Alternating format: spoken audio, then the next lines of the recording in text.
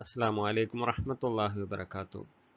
ഇന്ന് നമ്മൾ പ്രതിപാദിക്കുന്നത് സൂറ അൽ ബഖറയിലെ 200 മുതൽ 205 വരെയുള്ള ആയത്തുകളിലെ ചോദ്യങ്ങളും അതിൻ്റെ ഉത്തരങ്ങളുമാണ്.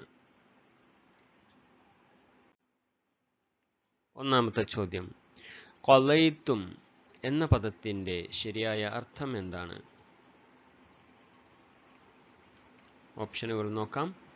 നിങ്ങൾ പൂർത്തിയാക്കിയാൽ. ഓപ്ഷൻ ബി, നിങ്ങൾ ഉപേക്ഷിച്ചാൽ. ഓപ്ഷൻ സി, നിങ്ങൾ യാത്ര ചെയ്താൽ. ഓപ്ഷൻ ഡി, നിങ്ങൾ പ്രാർത്ഥിച്ചാൽ. ഖളൈതും എന്ന പദത്തിൻ്റെ ശരിയായ അർത്ഥം എന്താണ്? ശരി ഉത്തരം നോക്കാം. ഉത്തരം നിങ്ങൾ പൂർത്തിയാക്കിയാൽ എന്നുള്ളതാണ്. അടുത്ത ചോദ്യം, അശദ്ദ ദിക്റൻ എന്നാൽ എന്ത്? അശദ്ദ ദിക്റൻ. ഓപ്ഷൻ എ, രഹസ്യമായ ഓർമ്മ. ഓപ്ഷൻ ബി, മിതമായ ഓർമ്മ. ഓപ്ഷൻ സി, അതിശക്തമായ ഓർമ്മ. ഓപ്ഷൻ ഡി, മറവി. ശരി ഉത്തരം നോക്കാം.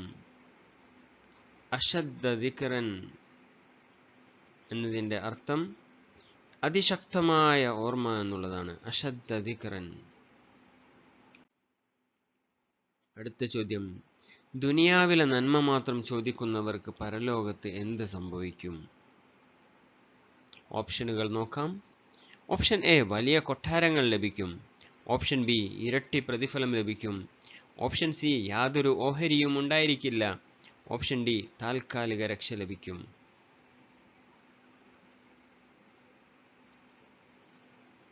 ശരി ഉത്തരം നോക്കാം. യാതൊരു ഓഹരിയും അവർക്ക് ഉണ്ടായിരിക്കുകയില്ല. അടുത്ത ചോദ്യം, ഹലാക്ക് എന്ന പദത്തിന്റെ അർത്ഥം എന്താണ്? ഓപ്ഷനുകൾ നോക്കാം. പങ്ക് അല്ലെങ്കിൽ ഓഹരി. ഓപ്ഷൻ ബി, ശാപം. ഓപ്ഷൻ സി, വിജയം. ഓപ്ഷൻ ഡി, അനുഗ്രഹം. ഹലാക്ക് എന്ന പദത്തിന്റെ അർത്ഥം നമുക്ക് പരിശോധിക്കാം. പങ്ക് അല്ലെങ്കിൽ ഓഹരി എന്നുള്ളതാണ്. അടുത്ത ചോദ്യം, ഹസനത്ത്. വിശ്വാസികൾ ദുനിയാവിലും ആഖിറത്തിലും ചോദിക്കുന്ന ഹസനത്ത് എന്ന പദത്തിന്റെ അർത്ഥം എന്ത്? അതുകൊണ്ട് എന്താണ് ഉദ്ദേശിക്കുന്നത്?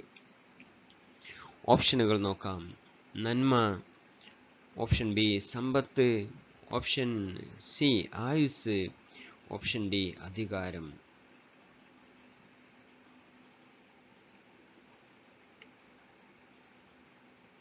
ശരി ഉത്തരം നോക്കാം. ശരി ഉത്തരം നന്മ എന്നുള്ളതാണ്. അടുത്ത ചോദ്യം, നരകശിക്ഷ എന്ന അർത്ഥത്തിൽ വിശുദ്ധ ഖുർആൻ ഉപയോഗിച്ച പദം ഏതാണ്?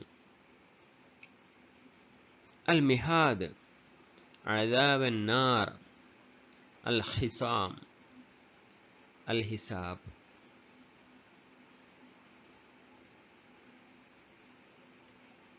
ശരി ഉത്തരം നോക്കാം. അദാബൻ നാർ എന്നുള്ളതാണ് ശരി ഉത്തരം. അടുത്ത ചോദ്യം നോക്കാം. സമ്പാദിച്ചതിനനുസരിച്ച് വിഹിതമുണ്ട് എന്ന് ഖുർആൻ വ്യക്തമാക്കുന്ന പദം ഏതാണ്? ഓപ്ഷനുകൾ നോക്കാം. നസീബ്, ഖലാഖ്, ഹസനത്ത്, അൽ ഹർസ.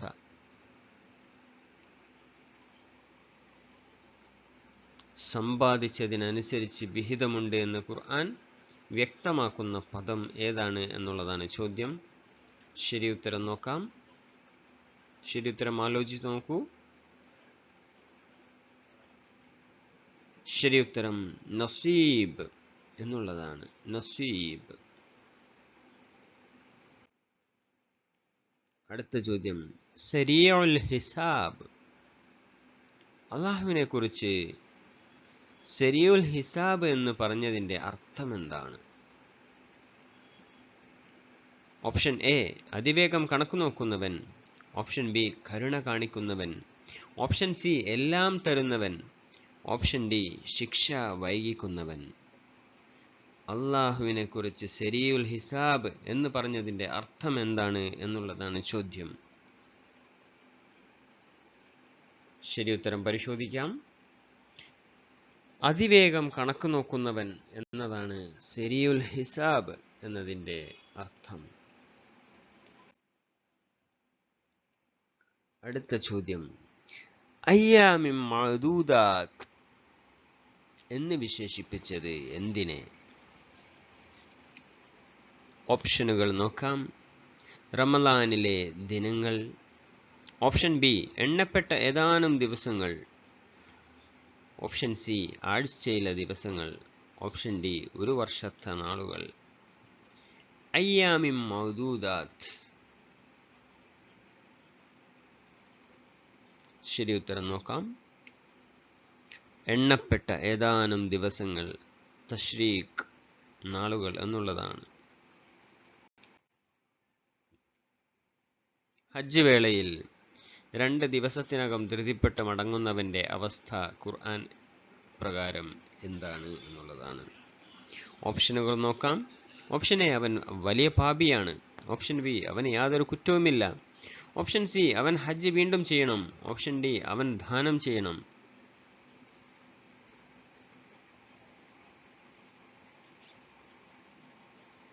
ശരി ഉത്തരം നോക്കാം.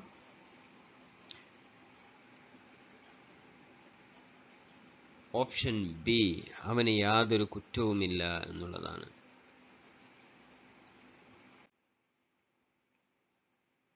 തുഹ്ശറൂൻ എന്ന പദത്തിന്റെ അർത്ഥം എന്താണ്? തുഹ്ശറൂൻ.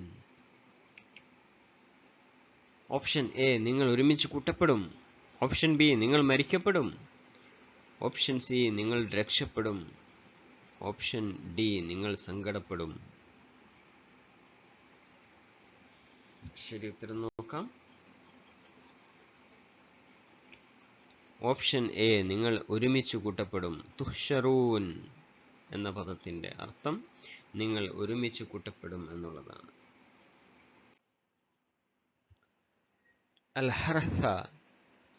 അൽ-ഹർഥ കുഴപ്പക്കാർ ഭൂമിയിൽ നശിപ്പിക്കും എന്ന് പറഞ്ഞ അൽ-ഹർഥ എന്നാൽ എന്താണ്? വയുഹിലിക്കൽ ഹർഥ. ഓപ്ഷനുകൾ കന്നുകാലികൾ. ഓപ്ഷൻ ബി കിണറുകൾ. ഓപ്ഷൻ സി കൃഷി അല്ലെങ്കിൽ വിളവ്. ഓപ്ഷൻ ഡി വീടുകൾ. അൽ-ഹർഥ എന്ന് പറഞ്ഞാൽ ശരി ഉത്തരം നോക്കാം. കൃഷി അല്ലെങ്കിൽ വിളവ് എന്നുള്ളതാണ്. ജസാക്കല്ലാഹു ഖൈർ.